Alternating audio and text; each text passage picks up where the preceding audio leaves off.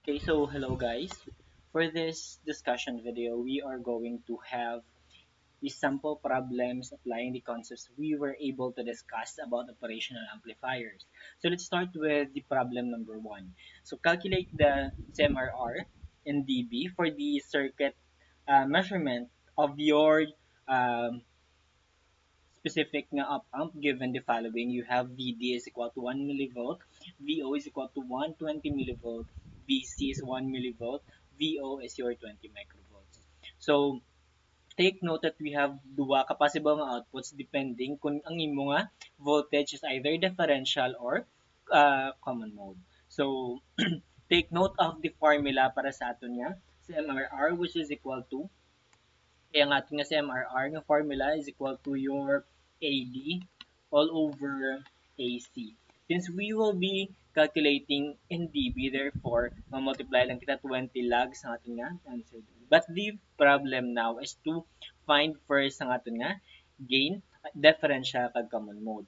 So, to solve para sa ating nga differential gain, so this will be equal to AD is equal to, so we will have your V all over VD. So this is equal to 120 millivolts all over your 1 millivolts. This is equal to 120. Okay, now we have your AC or common mode nga gain. So this will be equal to VO man naton sa common mode which is 20 microvolts all over your 1 millivolt which is equal to okay 20 e negative 6 divided by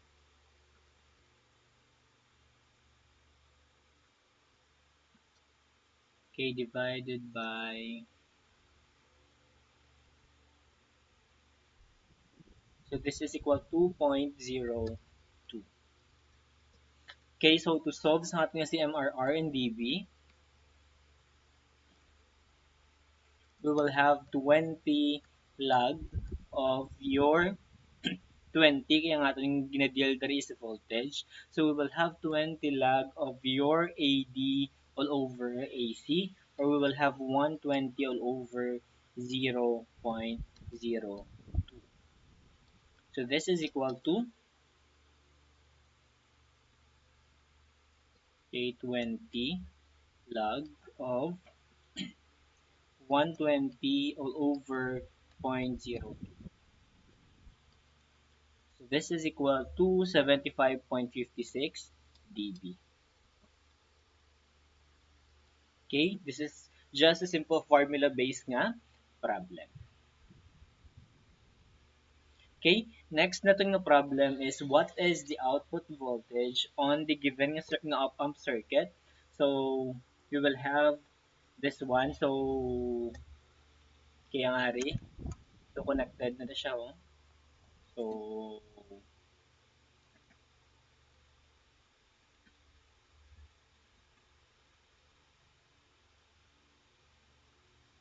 dahil na di siya guys. So,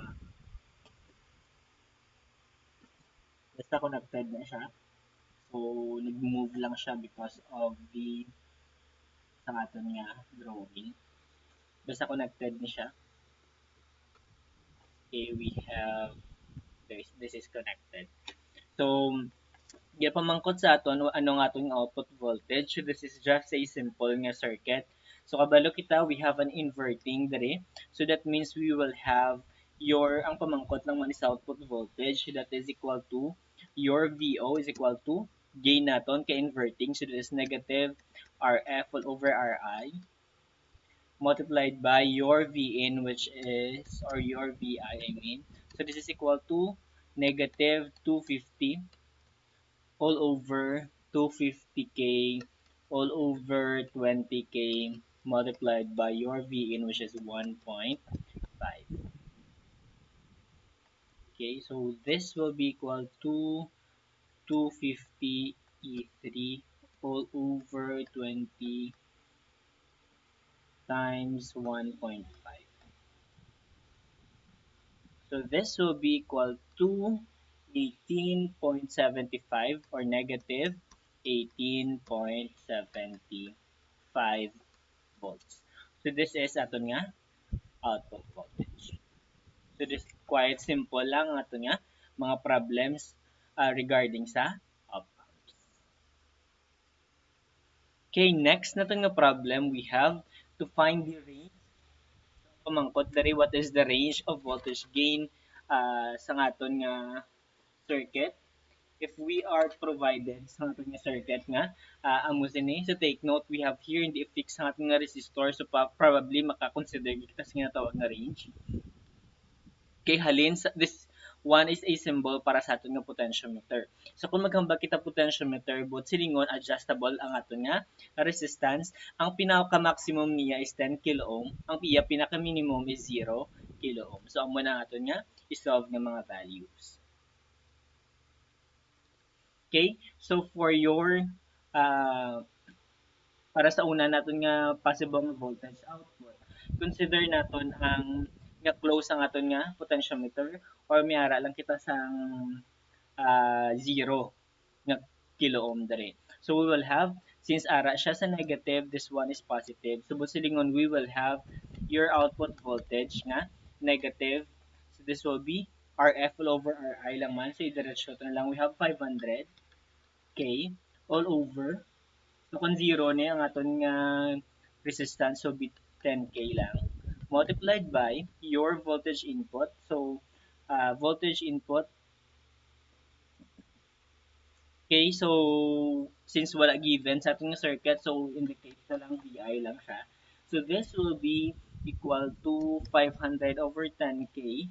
So this will be 50, negative 50 VI. Then we have, for your isa ka value sa ating VO, this will be, so negative man Japon, we have 500. So kung mag-operational na siya in full nga resistance, so this will be 10K. So we have 10K plus 10K, this will be 20K. So multiplied by VI. So this will be equal to, so 500 divided 20, so this is equal to negative 25 VI. Okay, so since ang ginapamangkot sa aton is range, so this will be aton nga range is from negative 25 pi to negative 50 pi.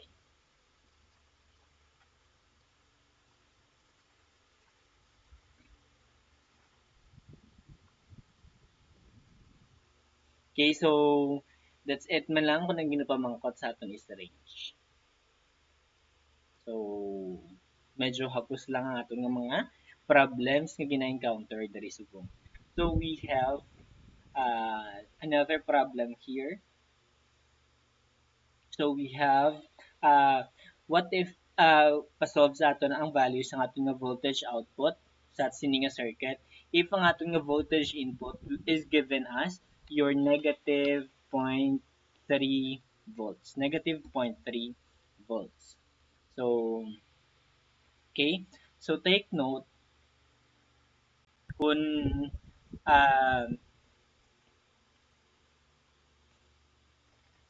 okay, so this one is still your feedback bisan diri siya naka-connect sa dalom because it is connecting sa aton nga input ug sa aton nga output. So input diri nga side and then output. Still feedback man siya po naton. But take note lang, so bisan diri na-connect ang imong nga feedback, ang aton nga voltage input is connected sa aton nga positive. So take note, diri ta par nga base sa aton voltage input kung ano nga formula ang gamiton. Since sa positive siya, so both silingon naton gamiton nga formula is non-inverting nga formula. So that will give us sa formula nga 1 plus RF all over RI multiplied by VI. So this will be equal to, kay aton nga answer will be, so 1 plus, so RF naton is 360K all over your 12K. So multiplied by negative 0.3 volts. So this will be equal to, so 1 plus, so 360 E3 all over 12 E3 multiplied by negative zero point 0.3.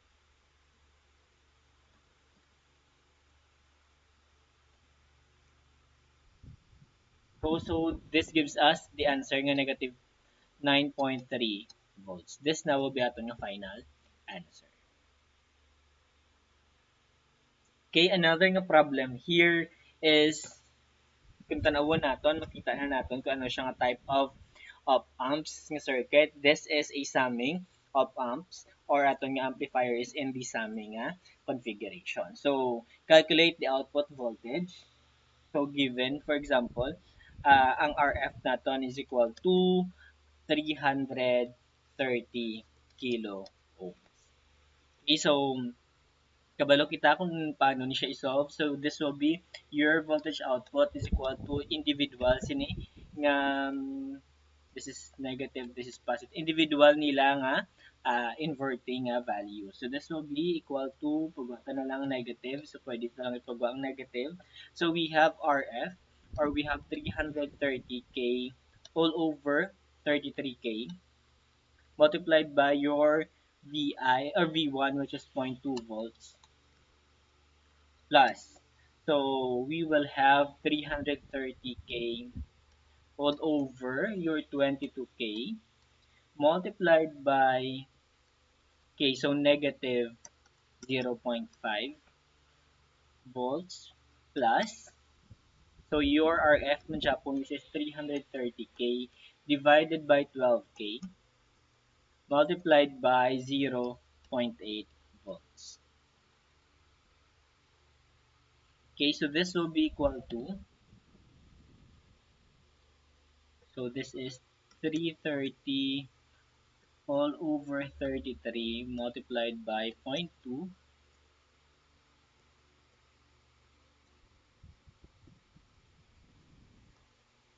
So this is equal to 2 negative 2 plus.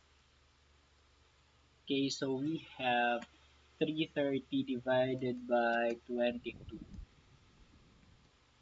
multiplied by negative, okay, negative 0.5.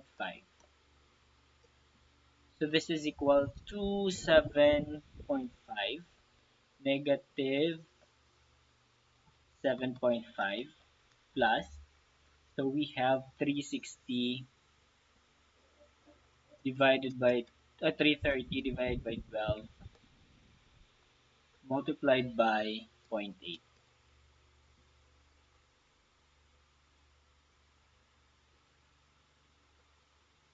Okay, so this is equal to 20.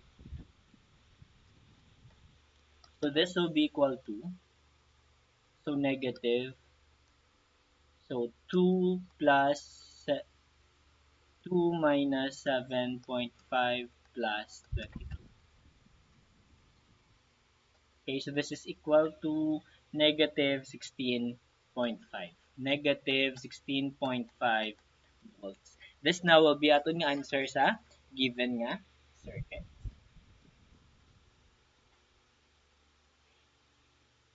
Okay, this time we are given a circuit na complex na siya nga circuit wherein we are going to apply sa sari-sari nga concept na discuss natin.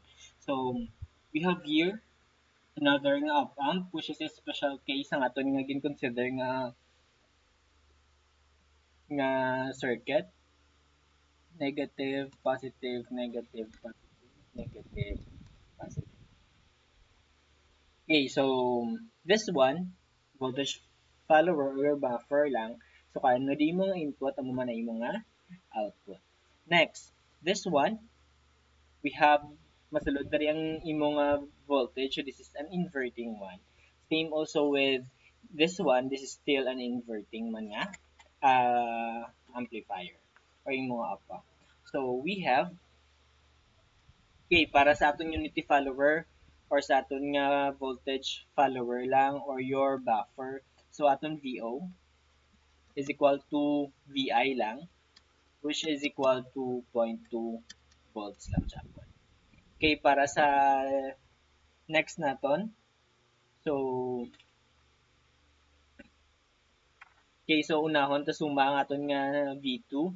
Your V2 is equal to, so since inverting siya, we will have negative RF naton which is 200K all over Ri naton which is 20K multiplied by the voltage nga masulod sa iya which is equal to, so ang output sa inyo which is 0.2 volts. So this is equal to,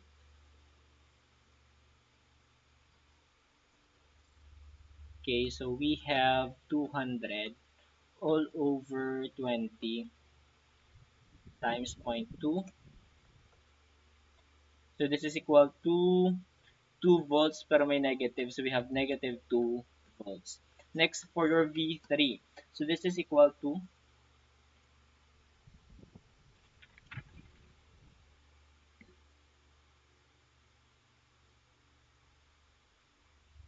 okay, so medyo lainon ko lang ang circuit. What if amo nang itsura sa atong circuit hindi negative kag positive. So what if ang atong yung circuit for example is positive 3, negative 3.